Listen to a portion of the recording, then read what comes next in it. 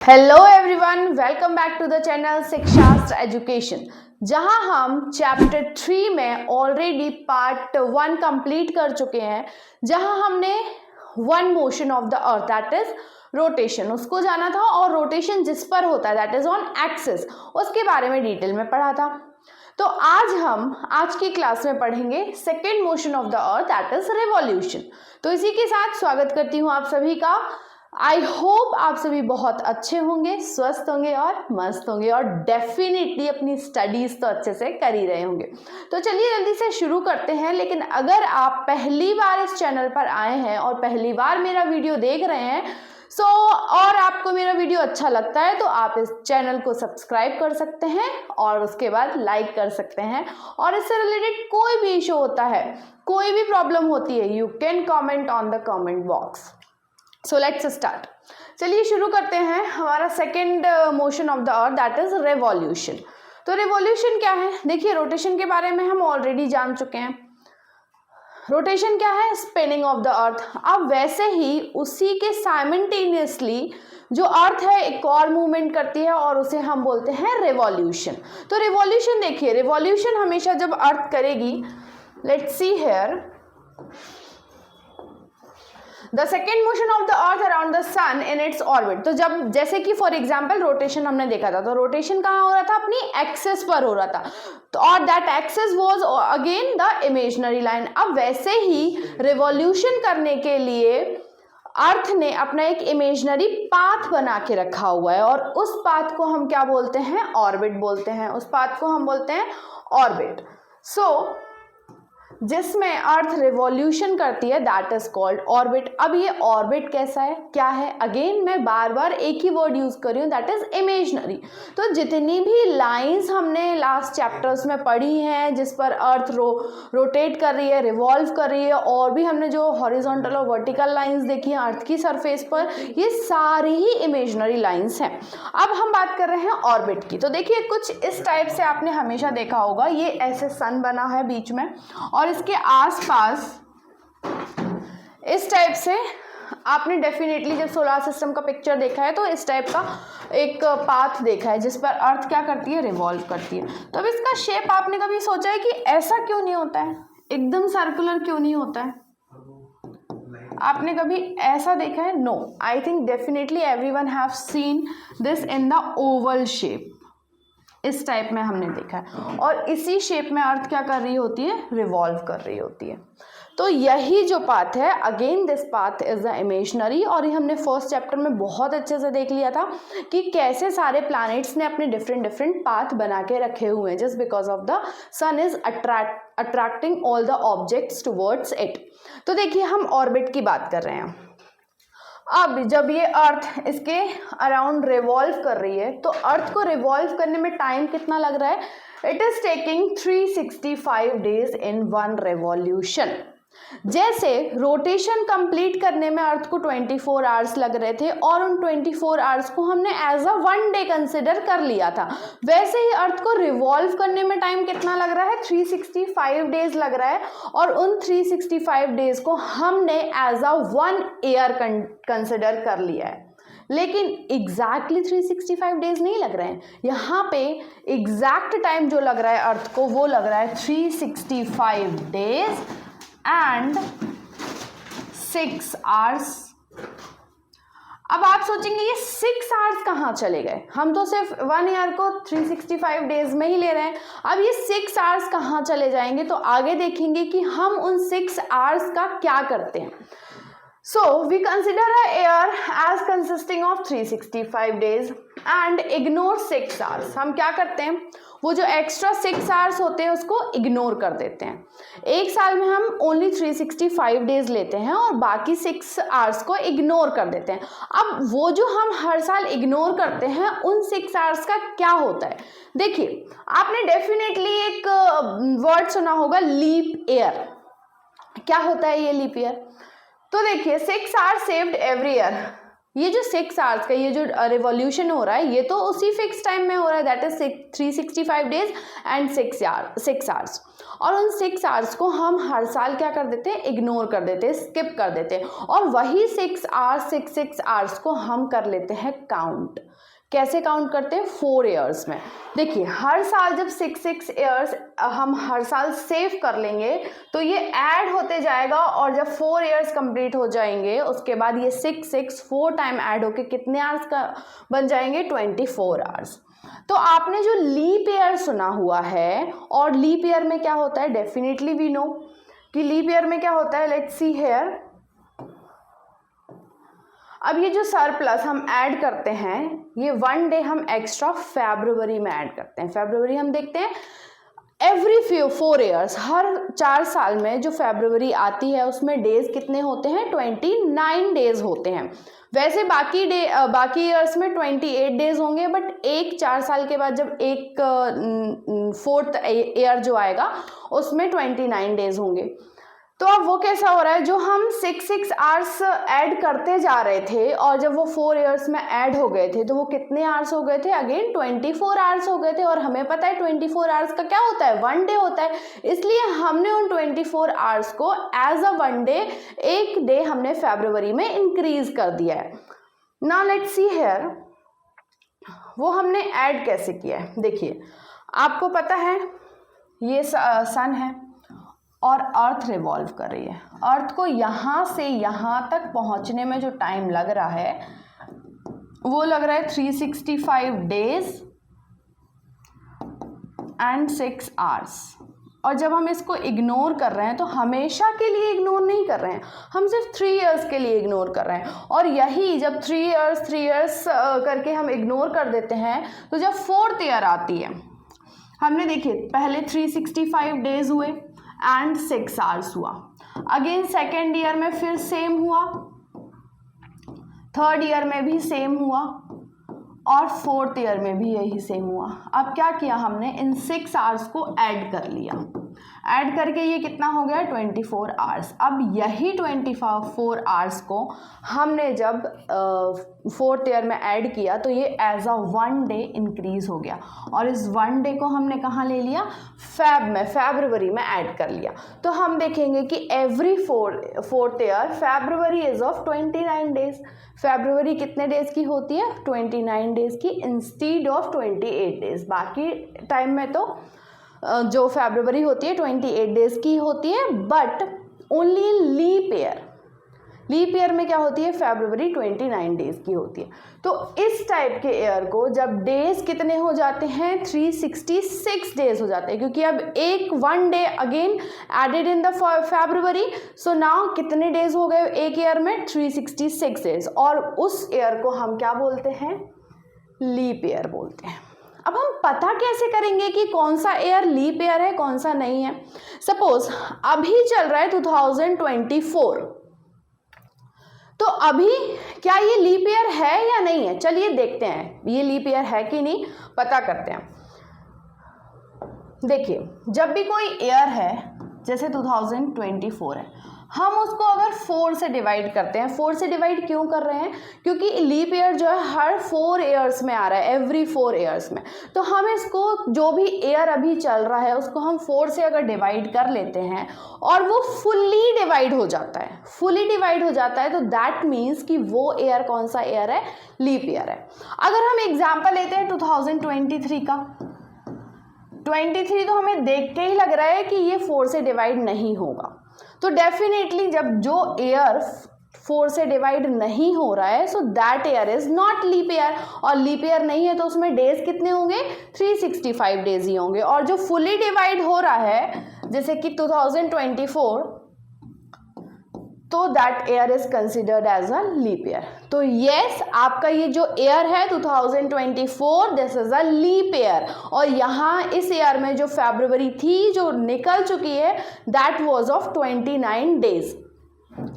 अब देखिए हमने देखा था कि जो एक्सिस है वो इंक्लाइंड है, कितनी डिग्री पर इंक्लाइंड है, 66.5 डिग्री पर।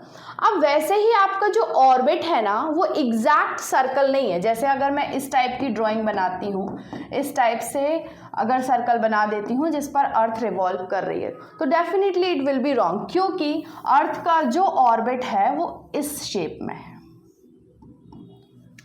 एंड इस शेप को हम क्या बोलते हैं, वी कॉल इट इलिप्टिकल।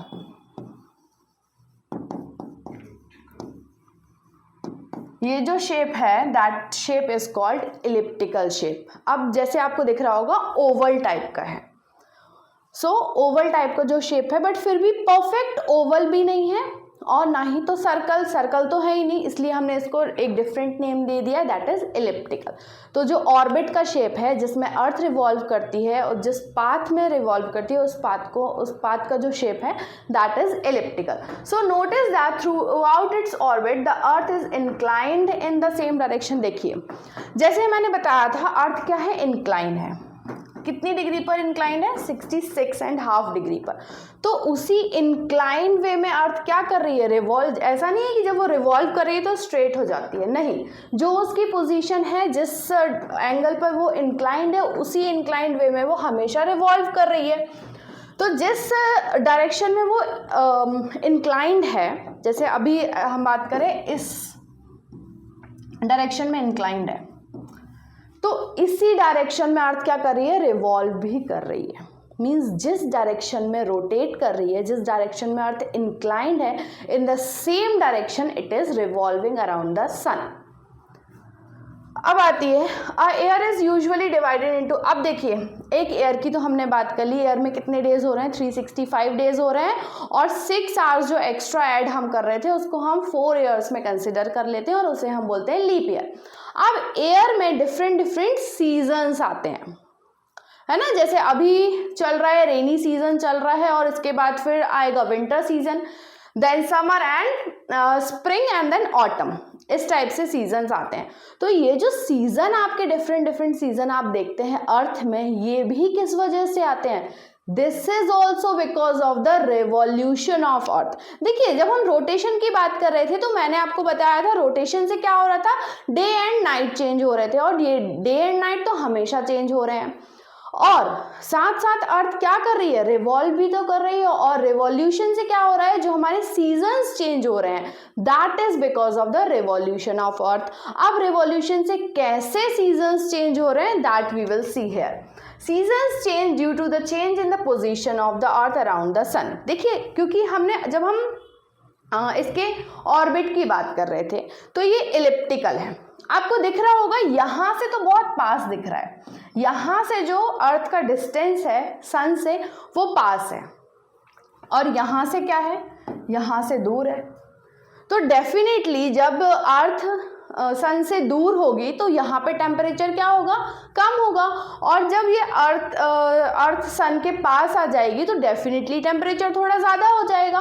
और यही रीज़न है कि अर्थ में ये जो डिफरेंट डिफरेंट सीजन्स आते हैं वो रिवॉल्यूशन के कारण ही आते हैं, क्योंकि जब रिवॉल्यूशन कर रही होती है अर्थ तो अपनी पोजीशन डिफरेंट डिफरेंट प्लेसेस पे चेंज करती है। So due to the changes in the position of earth around the sun the seasons are changing. तो सीजन किस वजह से चेंज हो रहे हैं, क्योंकि अर्थ की पोजीशन चेंज हो रही है। अर्थ हमेशा अब आप सोचिए अगर अर्थ रिवॉल्व नहीं कर रही होती तो क्या होता, हमेशा एक जगह पे होती, और जब हीट आ रही होती वो भी इक्वल अमाउंट की आ रही होती, तो हमेशा अर्थ पे एक ही टाइप का सीजन होता। और अगर एक टाइप का सीजन होता तो डेफिनेटली वहाँ पे लाइफ सपोर्ट करने के लिए जो फेवरेबल कंडीशंस रिक्वायर्ड होती हैं वो नहीं होती, तो life will not be possible there. तो आगे देखते हैं हम कौन कौन से सीजन्स हैं that we will see, but पहले एक क्विक रिकैप करते हैं कि एग्जैक्टली रिवॉल्यूशन का इफेक्ट क्या होता है, रिवॉल्यूशन से होता क्या क्या, what are the effects of revolution. तो पहली चीज़ तो variation in length of days and nights. देखिए वो तो मेनली तो ये रोटेशन से हो रहा है, बट रिवॉल्यूशन से क्या हो रहा है, changing of the season, different different seasons जो चेंज हो रहे हैं दैट ऑल्सो, और distribution of heat over the earth. अब ये कैसे इफेक्ट कर रहा है रिवॉल्यूशन, लेट्स सी हियर। देखिए ये अर्थ है और इसके आसपास सॉरी दिस इज सन, ये सन है और यहाँ पर अर्थ है और ये रिवॉल्व करना ऐसे स्टार्ट करेगी। जब अर्थ रिवॉल्व करके यहाँ आ जाएगी, मान लीजिए जब अर्थ रिवॉल्व करके यहाँ आ जाएगी तो आपको दिख रहा है ये जो शेप है ये इलिप्टिकल है। यहाँ से अर्थ का जो डिस्टेंस है सन से वो कम है as compare to this side. तो जब यहाँ दूर है, जब अर्थ सन से दूर है तो यहाँ पे सीजन, यहाँ पे जो हीट होगी वो कम जाएगी। हीट कम जाएगी तो कौन सा सीजन आएगा यहाँ पर? विंटर सीजन आएगा। और जब ये अर्थ रिवॉल्व करते करते यहाँ आ जाएगी तो यहाँ पर जब आ जाएगी तो कौन सा यहाँ पे हीट ज़्यादा होगी क्योंकि अभी ये सन के पास है, तो फिर कौन सा सीज़न आ जाएगा? Summer season. वैसे ही फिर रोटेट करते करते कहाँ आ जाएगी अर्थ? यहाँ आ जाएगी। तो ऐसे ही सीजन्स जो हैं वो चेंज होते रहेंगे। तो देखिए distribution of heat over the अर्थ में जो हीट का डिस्ट्रीब्यूशन है, जो सन से हमें हीट मिल रही है वो डिफरेंट अमाउंट की मिल रही है। वो भी किस वजह से मिल रही है? Just because of the revolution. Rotation से नहीं हो रहा है, रोटेशन से तो सिर्फ डे एंड नाइट चेंज हो रहा है और किसी एक पार्ट में हीट मिल रही है, एक पार्ट में नहीं मिल रही है। लेकिन हम पूरे अर्थ की बात करें, पूरे अर्थ में जो अमाउंट ऑफ हीट है वो किस वजह से डिस्ट्रीब्यूट हो रहा है, वो किस वजह से चेंज हो रहा है? Just because of the revolution. Third है अकरेंस ऑफ सीजन। अभी हमने बात करी जो 4 सीजन्स हमें अर्थ में देखने को मिलते हैं वो भी किस वजह से हो रहे हैं? रिवॉल्यूशन के कारण हो रहे हैं। अभी हम अर्थ के बाहर की ही बात कर रहे हैं। अब इसके बाद जब हम अर्थ के अंदर बात पढ़ेंगे, अर्थ के अंदर क्या क्या है, that time we will see कि ये जो सीजन है ये कैसे चेंज हो रहे हैं। Now let's move ahead. तो अब हमने देखा रिवॉल्यूशन जो कि है second motion of the earth. अब हम बात करते हैं distribution of heat over the earth. ये जो डिस्ट्रीब्यूशन है ये कैसे है? देखिए the part of earth that is tilted towards the sun. आपको पता है अर्थ क्या है? इंक्लाइंड है। कैसे इंक्लाइंड है? Again I am making the same, see here, ये एलिप्टिकल ऑर्बिट है। हमें पता है अर्थ क्या है? इंक्लाइंड है। मतलब अर्थ ऐसे जब यहाँ इस पोजीशन पे है तो ये इंक्लाइंड है, मतलब टिल्ट है। तो टिल्ट है तो उससे क्या होगा? ये जो जितना पार्ट सन के साइड है, टुवर्ड्स द सन है, उस पार्ट को क्या मिलेगी? वर्टिकल रेज मिलेंगी। हमने रोटेशन में भी देखा था जब ये सन रेज यहाँ जा रही हैं तो यहाँ पे तो इक्वेटर के पास जब जा रही हैं तो ज़्यादा जा रही हैं, और जब इसके आसपास ऊपर towards the pole when they will go तो यहाँ पे कैसी जाएंगी? स्लैंटिंग रेज जाएंगी। तो अर्थ का वो पार्ट जहाँ पे सन towards the sun receives the vertical rays of the sun while the other part receives slanting rays। तो vertical rays कहाँ मिलेंगी? डायरेक्ट वो इक्वेटर के आसपास मिलेंगी, और यहाँ पर जब हम पोल्स की बात कर रहे हैं तो यहाँ पर slanting rays मिलेंगी। Vertical rays give more heat than slanting rays. तो ये हमने ऑलरेडी देखा हुआ था कि जब यहाँ पे वर्टिकल डायरेक्ट रेज आ रही हैं तो डेफिनेटली यहाँ पे हीट ज़्यादा रहेगी, और जो स्लैंटिंग रेज हैं जो पोल्स की तरफ जा रही हैं वहाँ पर क्या होगा? हीट डिस्ट्रीब्यूशन ऑफ हीट कम रहेगा। And it is also just because of the revolution of अर्थ।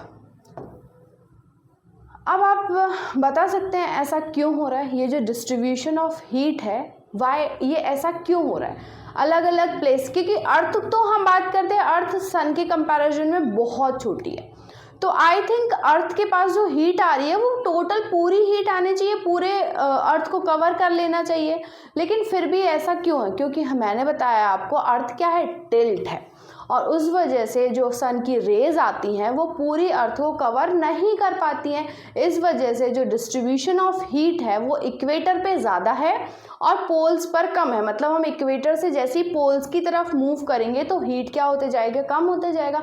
तो तभी हमने देखा है जो अंटार्कटिका और आर्कटिक सर्कल के पास वाला एरिया जो है वो एकदम फ्रीज्ड एरिया है, एक्सट्रीम कोल्ड है वहाँ पे, और इसलिए हम उसको फ्रिजिड जोन भी बोलते हैं। That we have studied in our second chapter.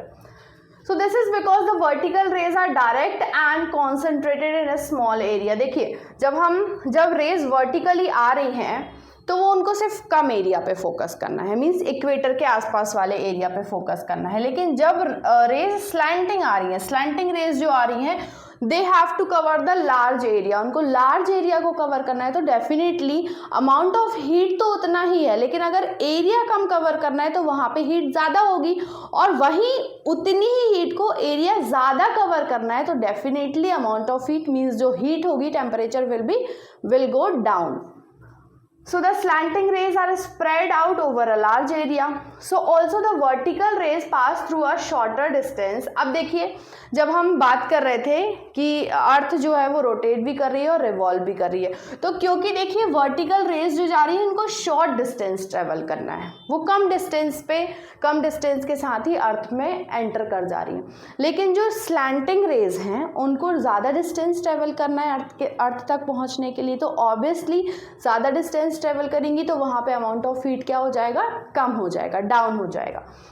So the vertical rays passes through a shorter distance of the atmosphere than the slanting rays. क्योंकि हमें पता है अर्थ के अंदर क्या है, एटमॉस्फेयर है। अब जब अर्थ की हीट, सन की हीट अर्थ तक आ रही है, तो जब वर्टिकली आ रही है तो उसको कम डिस्टेंस ट्रेवल करना है, लेकिन जब वो स्लैंटिंग जा रही है और वहाँ से अर्थ के एटमॉस्फेयर को पास कर रही है, तो वहाँ पे उसको टाइम क्या लग रहा है, ज़्यादा लग रहा है, इसलिए वहाँ अमाउंट ऑफ हीट क्या है, कम है। And thus they lose less heat, इसलिए वहाँ पर जब पोल्स वाले एरिया में है, जैसे हम इक्वेटर से पोल्स की तरफ मूव करेंगे तो amount of heat will go down. Now let's move ahead. तो ये हमने बात करी रिवॉल्यूशन की, कि रिवॉल्यूशन से क्या क्या होता है। अब देखिए सीजन्स पर आते हैं। रिवॉल्यूशन मेन कॉज जो है रिवॉल्यूशन का, दैट इज सीजन। मेनली हमने इतना रिवॉल्यूशन के बारे में इतना जो पढ़ा है, उसके पढ़ने के पीछे जो रीज़न है that is for the season. हमने सीजन्स को जानने के लिए ही रिवॉल्यूशन पढ़ा है, क्योंकि अगर हमें सीजन्स को स्टडी करना है तो पहले हमें ये जानना होगा कि ये सीजन्स होते क्यों हैं, ये जो सीजन्स चेंज हो रहे हैं ये किस वजह से हो रहे हैं, what is the reason behind it. तो yes, the revolution of earth is the reason behind the changing of the seasons. अब बात करते हैं, there are two factors which result in the occurrence of different seasons and different times of the year. तो two factors हैं जिसके कारण अर्थ में जो सीजन्स हो रहे हैं वो चेंज हो रहे हैं। कौन कौन से दो फैक्टर हैं, देखिए यहाँ पे, पहला तो है रिवॉल्यूशन और दूसरा है इंक्लिनेशन ऑफ अर्थ्स एक्सिस। पहला तो है रिवॉल्यूशन, क्योंकि जब अर्थ रिवॉल्व कर रही है, दिस इज सन सपोज, और अर्थ जब रिवॉल्व कर रही है तो एक टाइम पे अर्थ तो क्या हो रही है, सन से बहुत डिस्टेंस पर है, और एक टाइम पे अर्थ क्या है, सन के नियर है। तो इस वजह से ही जब नियर है तो वहाँ हीट ज़्यादा होगी और जब दूर है तो वहाँ हीट कम होगी, और इसी वजह से सीजन्स चेंज हो रहे हैं। दूसरा रीज़न है इंक्लिनेशन ऑफ अर्थ। हमने बहुत स्टार्टिंग में जब हमने चैप्टर स्टार्ट किया था तब देखा था कि अर्थ क्या है, इंक्लाइंड। कितनी डिग्री पर इंक्लाइंड है, 66.5 डिग्री पर। तो इंक्लिनेशन के कारण ही जो सन की रेज आती हैं वो प्रॉपर अमाउंट पर नहीं आ पाती हैं, और जो डिस्ट्रीब्यूशन ऑफ हीट है वो इक्वल नहीं है पूरे अर्थ में। दिस इज द रीज़न कि यहाँ अर्थ में जो सीजन्स चेंज हो रहे हैं, it is just because of the two main reasons, that is the revolution of earth and the inclination of earth's axis at a fix angle. अब देखिए inclination की जब हम बात कर रहे थे तो वो एक पर्टिकुलर डायरेक्शन में ही इंक्लाइंड है और एक पर्टिकुलर एंगल पर ही इंक्लाइंड है। और कितने एंगल पर इंक्लाइंड है, दैट इज एट 66। देखिए अगर मैं बोलती हूँ अर्थ इंक्लाइंड तो है, अगर मैं ऐसे बना देती हूँ इस डायरेक्शन में इंक्लाइंड है, तो नो, ये रॉन्ग हो जाएगा, क्योंकि अर्थ जो है वो एक ही डायरेक्शन में इंक्लाइंड है और एक ही पर्टिकुलर एंगल बना रही है, that is of 66.5 degree. If it shows the position of Earth in its path of revolution on 4 different dates. अब देखिए 4 important dates है जो कि मेन सीजन के चेंज होने से इफेक्ट होती हैं। वो डेट्स कौन कौन सी हैं, दैट वी विल सी। उसके पहले हम सीजन्स देखते हैं, कौन कौन से सीजन्स मेनली अकर हो रहे हैं अर्थ पर। वैसे तो हमने अकॉर्डिंग टू अस बहुत डिफरेंट नेम्स दिए हैं, बट मेनली ऑफिशियली कौन कौन से सीजन्स हैं that we will see here. See season कौन कौन से डिवाइड हुए हैं। फर्स्ट इज समर, जो कि जस्ट अभी जो जैसे रेनी सीजन है उसके पहले जो था that was summer. Winter, spring, spring का ड्यूरेशन क्या है that we will see here, और ऑटम। तो मेनली ऑफिशियली जो सीजन्स कैटेगराइज किए गए हैं, जैसे हम रेनी सीजन बोलते हैं मेनली, वो वैसा कोई सीज़न ऑफिशियली यहाँ पे नहीं। ऑफिशियली अर्थ को 4 सीजन्स में डिवाइड किया गया है, 4 डिफरेंट ड्यूरेशंस में। और वो कौन कौन से सीजन्स हैं, समर है, विंटर है, स्प्रिंग है और ऑटम है। अभी हम देखेंगे कि किस टाइम से किस टाइम के बीच में spring, I think summer and winter तो सभी को बहुत अच्छे से क्लियर होगा कब आता है। स्प्रिंग एंड ऑटम भी होगा, बट वी विल सी कि कब किस किस टाइम। समर्स के पहले ऑटम सीजन आता है एंड उससे पहले स्प्रिंग आता है, that we will see here. Now let's move ahead. अब हम बात कर रहे थे सीजन्स की। सो तो 4 इंपॉर्टेंट डेट्स हैं। फर्स्ट डेट है 21 जून। लेकिन उसके पहले हम थोड़ा रिवॉल्यूशन देख लेते हैं, अर्थ के रिवॉल्यूशन से कैसे इफेक्ट होता है। Let's see here.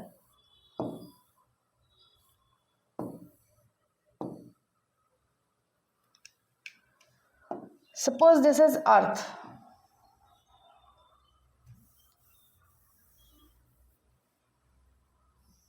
ये अर्थ है, this is sun and this is earth. अब अर्थ की मैं 4 डिफरेंट पोजीशंस यहाँ बना रही हूँ, और अर्थ क्योंकि कंटिन्यूसली रिवॉल्व भी कर रही है, तो सपोज मानते हैं कि अर्थ अभी यहाँ पर है। जब अर्थ यहाँ पर है और तो यहाँ पर सन से जो अर्थ का डिस्टेंस है वो डेफिनेटली कम है, तो यहाँ पर सीज़न कौन सा होगा, समर सीज़न। ठीक है। उसके बाद जब अर्थ यहाँ से दूर चली जाएगी तो कौन सा सीज़न आ जाएगा यहाँ पर, विंटर सीज़न। उसके बाद जब अर्थ यहाँ आ जाएगी, अगेन ये सन से पास आ गई है, तो कौन सा सीज़न आ जाएगा, ऑटम सीज़न, स्प्रिंग। और यहाँ पर कौन सा आ जाएगा, ऑटम, ऑटम सीजन। तो ये 4 मेन सीजन्स हैं जो कि अर्थ में अकर होते हैं। अब हम डेट्स की बात कर रहे थे, तो डेट्स में देखिए कौन कौन सी डेट्स आ रही हैं। सबसे पहले हमने बात करी थी 21 जून। तो जून से आप डेफिनेटली देख सकते हैं कि जून किस सीज़न में आता है। जून मेनली समर सीज़न के आसपास का, समर सीज़न जब एंड हो रहा होता है उस टाइम पे आता है। तो एक डेट है 21 जून, और इस date, this date is very important. How it is important, on this date the northern hemisphere is incline towards the sun. अब देखिए हम अर्थ की बात कर रहे हैं, जून का टाइम है, समर सीज़न है, यहाँ पर होगा, और ये नॉर्दर्न हेमिस्फीयर है, और इस टाइप से अर्थ बनी हुई है। अर्थ इंक्लाइन है, इसका जो नॉर्दर्न हेमिस्फीयर है, नॉर्थ का जो पार्ट है वो ज़्यादा कहाँ पर है, टुवर्ड्स द सन है। Sun rays fall vertically on the Tropic of Cancer. Sun rays, अब यहाँ से जो सन रेज आएंगी यहाँ पर वर्टिकली, यहाँ पर है। अब सनरेज जब यहाँ पर आ रही हैं, it is coming towards the, ज़्यादातर कहाँ आ रही है, towards the Tropic of Cancer, क्योंकि ट्रॉपिक ऑफ कैंसर कहाँ लोकेटेड है, किस हेमिस्फीयर में, नॉर्दर्न हेमिस्फीयर में।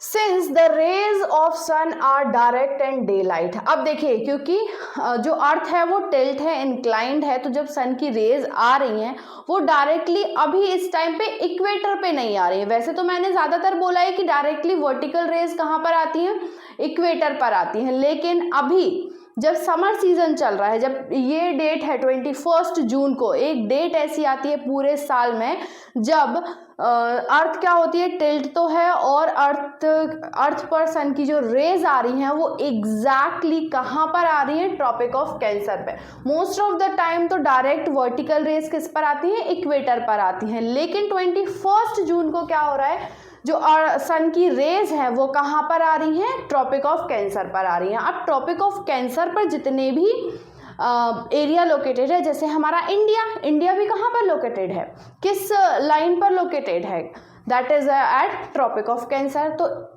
मेनली इंडिया पर ज़्यादा सन की रेज आ रही होंगी इस टाइम पर, किस टाइम पर, 21 जून के टाइम पर। तो उस टाइम क्या हो रहा है, ट्रॉपिक ऑफ कैंसर के टाइम पे direct and day light for longer hours. अब क्या होगा इस टाइम पर, क्योंकि सन की रेज डायरेक्ट आ रही हैं, ज़्यादा आ रही हैं, तो इस टाइम पर डे क्या होगा, लॉन्गर होगा, डे ज़्यादा बड़ा होगा। तो पूरी साल में जब हम देखते हैं कि सबसे बड़ा दिन, सबसे ज़्यादा टाइम का जो डे है वो कौन सा डे होता है, 21 जून। 21 जून का डे, उसको हम longest day of the year बोलते हैं। It is in summer in the northern hemisphere. अब देखिए इस टाइम पे क्या हो रहा है, 21 जून के टाइम पे और आसपास के टाइम पे क्या हो रहा है, यहाँ पर जो सन रेज हैं वो डायरेक्टली किस साइड आ रही है, नॉर्दर्न हेमिस्फीयर में और ट्रॉपिक ऑफ कैंसर। लेकिन I think this will be clear with this. जैसे फॉर एग्जांपल ये सन है और इसके आसपास ये अर्थ है, और अभी हम बात कर रहे हैं 21 जून की।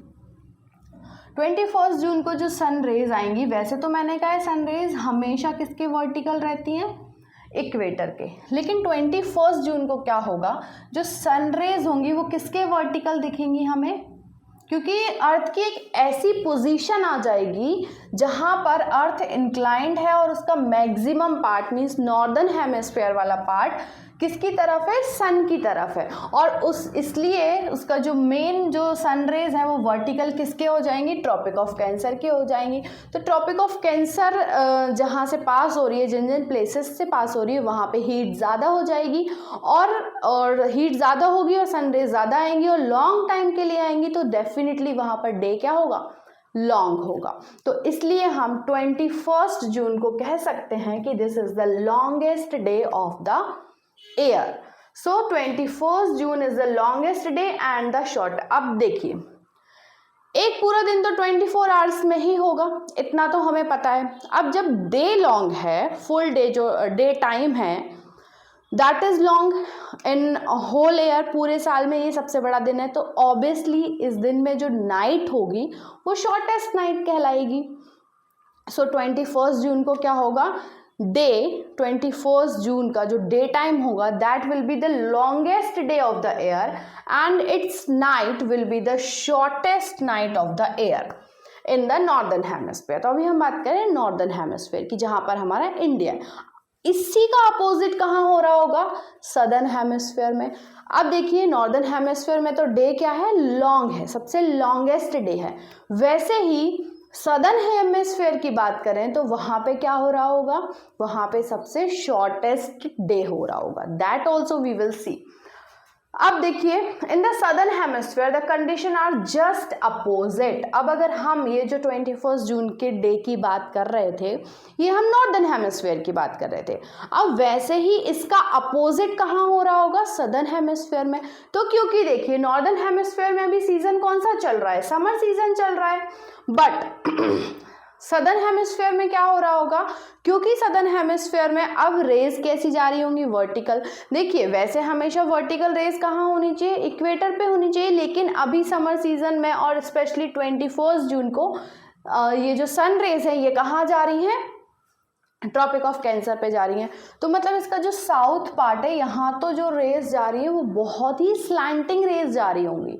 तो स्लैंटिंग रेज जाएंगी तो फिर वहाँ पर कौन सा सीजन आ जाएगा, मतलब स्लैंटिंग रेज जा रही है तो हीट बहुत ही कम होगी, तो वहाँ पे सीजन कौन सा आ जाएगा, winter season. Yes, so on the 21 जून को जो डे सदर्न हेमिस्फीयर की बात करेंगे तो वहाँ पे डे जो होगा that will be the shortest day. So in the southern hemisphere, the conditions are just opposite. This region is turned away from the sun and thus receives slanting airs. Daytime is for shorter hours. जो daytime होगा, daylight जो होगी वो बहुत ही short hours के लिए, बहुत ही कम hours के लिए होगी, और इसलिए यहाँ पे कौन सा season create हो जाएगा, winter season होगा। तो सीज़न जो चेंज होते हैं ये पूरी अर्थ पे सेम टाइम पे सेम सीज़न नहीं चल रहा होता है। जैसे अगर अभी यहाँ पे हम रेनी सीज़न की बात कर रहे हैं और हम कौन से हेमिस्फेयर में हैं, इंडिया कौन से हेमिस्फेयर में, नॉर्दर्न हेमिस्फेयर में, तो डेफिनेटली सदर्न हेमिस्फेयर में अभी ज़्यादा हीट हो रही होगी, समर सीज़न वहाँ पे इसका अपोजिट चल रहा होगा, तो ऑटम सीज़न या समर स्टार्ट होने वाला होगा। तो डिफरेंट हेमिस्फेयर में मीन्स नॉर्दर्न हेमिस्फेयर में सीज़न अलग होता है और सदर्न हेमिस्फेयर में सीज़न अलग होता है। अब एक और बहुत इम्पॉर्टेंट डेट है, वो कौन सी डेट है, वो है 22 दिसंबर। अब दिसंबर का टाइम है, क्या होता है दिसंबर के टाइम पर, विंटर होती है इंडिया में, तो विंटर का टाइम है और विंटर में हमने हमेशा देखा है कि डेज क्या होते हैं, शॉर्ट होते हैं, days are shorter and nights are longer in winter. But 22 दिसंबर एक ऐसी डेट है जिसमें डे सबसे शॉर्ट होता है, शॉर्टेस्ट डे, एंड जो नाइट होती है दैट नाइट इज लॉन्गर, सबसे लंबी रात होती है, किस दिन की, 22 दिसंबर की। So on this date the southern hemisphere is inclined. अब देखिए, अब हमने अभी तो बात करी नॉर्दर्न हेमिस्फेयर की, नॉर्दर्न हेमिस्फेयर में लॉन्गेस्ट डे कौन सा हो रहा था, 21 जून का, और उसका ही जस्ट अपोजिट हो रहा था सदर्न हेमिस्फेयर में। अब हम बात कर रहे हैं सदर्न हेमिस्फेयर की, तो अगेन 22 दिसंबर को सदर्न हेमिस्फेयर में क्या होगा, जो नाइट होगी 22 दिसंबर की वो सबसे लॉन्ग होगी, और विंटर में तो वैसे भी नाइट्स क्या होती हैं, लॉन्ग ही होती हैं। तो 22 दिसंबर को जो नाइट होगी that will be the longer in the southern hemisphere and it's just opposite will be in northern hemisphere. तो अब हम सदर्न हेमिस्फेयर की बात कर रहे हैं। On this date the southern hemisphere is incline towards sun. अब इंक्लाइन तो हमेशा है, बट अभी नॉर्दर्न हेमिस्फेयर इंक्लाइन था सन की तरफ, अब कौन सा हेमिस्फेयर है, सदर्न हेमिस्फेयर है। देखिए कैसे इंक्लाइन है, ये सन है एंड इसका ऑर्बिट, अगेन ऑर्बिट तो सेम ही रहेगा। अब अर्थ यहाँ है मान लीजिए, और अर्थ हमें पता है इंक्लाइन है। अब इसका मेन पार्ट, अभी अर्थ यहाँ पर है, यहाँ आ गई है रिवॉल्व करते करते, और इसका मेन पार्ट इस टाइप से ये इंक्लाइन है। अब देखिए सन की रेज ज़्यादा कहाँ जा रही है, सदर्न हेमिस्फेयर में जा रही हैं, तो यहाँ पे वर्टिकल रेज कहाँ जा रही हैं, अब सदर्न हेमिस्फेयर में जा रही हैं। So sun rays fall vertically on the Tropic of Capricorn. अभी सनरेज डायरेक्टली कहाँ जा रही थी, ट्रॉपिक ऑफ कैंसर पे जा रही थी, अब कहाँ जा रही है, ट्रॉपिक ऑफ कैप्रिकॉर्न पे, that is in southern hemisphere. और ट्रॉपिक ऑफ कैप्रिकॉर्न के आसपास मेनली तो वाटर बॉडीज ही हैं, बट और कौन कौन से कंट्रीज और कॉन्टिनेंट हैं, अफ्रीका और ऑस्ट्रेलिया। तो आपने जनरली देखा होगा जो अफ्रीका और ऑस्ट्रेलिया के आसपास, मतलब इक्वेटर के आसपास वाले जो लोग होते हैं, उनका कलर हमेशा थोड़ा डार्क होता है। वाई? क्योंकि यहाँ पे हीट क्या होती है, बहुत ज़्यादा होती है। और वैसे ही जैसे हम पोल्स की तरफ मूव करते हैं, ट्रॉपिक ऑफ कैंसर से आगे करेंगे, तो जनरली पीपल में भी हमें वेरिएशन दिखाई देते हैं, उनका कलर बहुत फेयर होता है, इस टाइप से हम देख सकते हैं। तो देखिए अभी हम बात कर रहे हैं ट्रॉपिक ऑफ कैप्रिकॉर्न की। ट्रॉपिक ऑफ कैप्रिकॉर्न पे अभी हमें डायरेक्ट रेज दिखाई दे रही है। अब यहाँ पर डायरेक्ट रेज है, तो इसका मतलब क्या हुआ कि यहाँ पे हीट ज़्यादा होगी और बाकी पार्ट में मींस नॉर्दर्न हेमिस्फेयर में कम हीट होगी। तो अब अभी समर कहाँ हो रहा था, नॉर्दर्न हेमिस्फेयर में, अब समर कहाँ होगा, सदर्न हेमिस्फेयर में। अब यहाँ पे सदर्न हेमिस्फेयर में समर है, तो डेफिनेटली यहाँ पे क्या हो रहा होगा, विंटर सीजन चल रहा होगा। और विंटर सीजन में ही हमारे यहाँ पे कौन सी डेट आती है, 22 दिसंबर। और हमें पता है विंटर सीजन में ही डेज क्या होते हैं, शॉर्ट होते हैं, नाइट्स क्या होती हैं, लॉन्ग होती हैं। तो उस पूरे विंटर सीजन में एक डेट आती है जो कि है 22 दिसंबर, जिसमें रात क्या होती है, सबसे लंबी रात होती है। Sun rays fall vertically on the Tropic of Capricorn, so it is summer in southern hemisphere.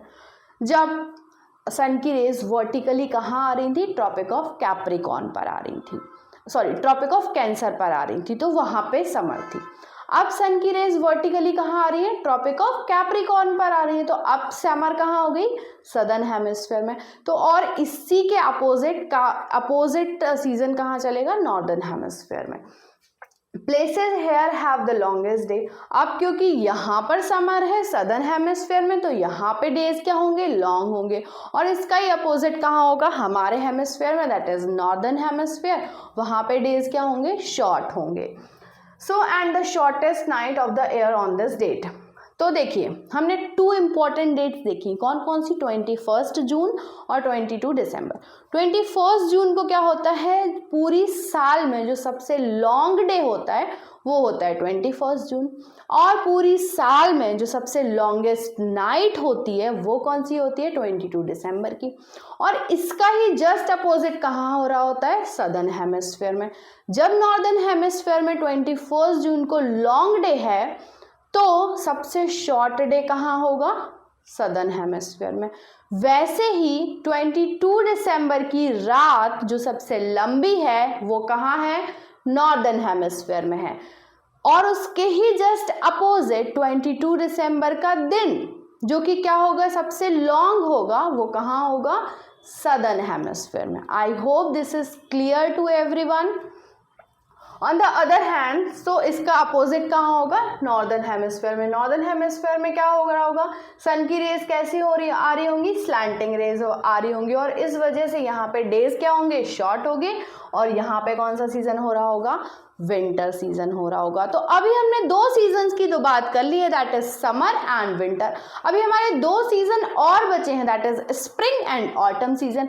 अब वो कैसे होते हैं उसके लिए बने रहिए मेरे साथ, शिक्षास्त्र एजुकेशन में हम आगे की क्लास में कंटिन्यू करेंगे कि बाकी के 2 सीजन और अर्थ में कैसे अकर होते हैं, और 2 न्यू टर्म्स को हम यहाँ पर देखेंगे। Thank you everyone for watching my video, बने रहिए मेरे साथ, we will meet in the next video. Thank you once again.